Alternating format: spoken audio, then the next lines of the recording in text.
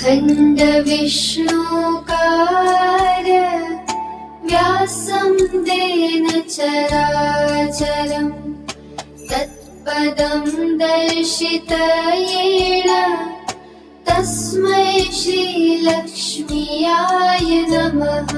Narayana Narayana Narayana.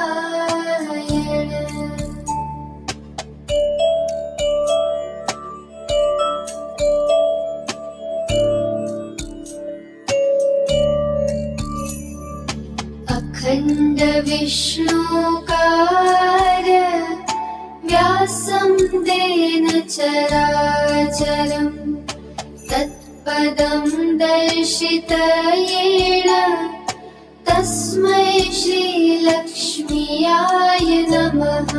Narayana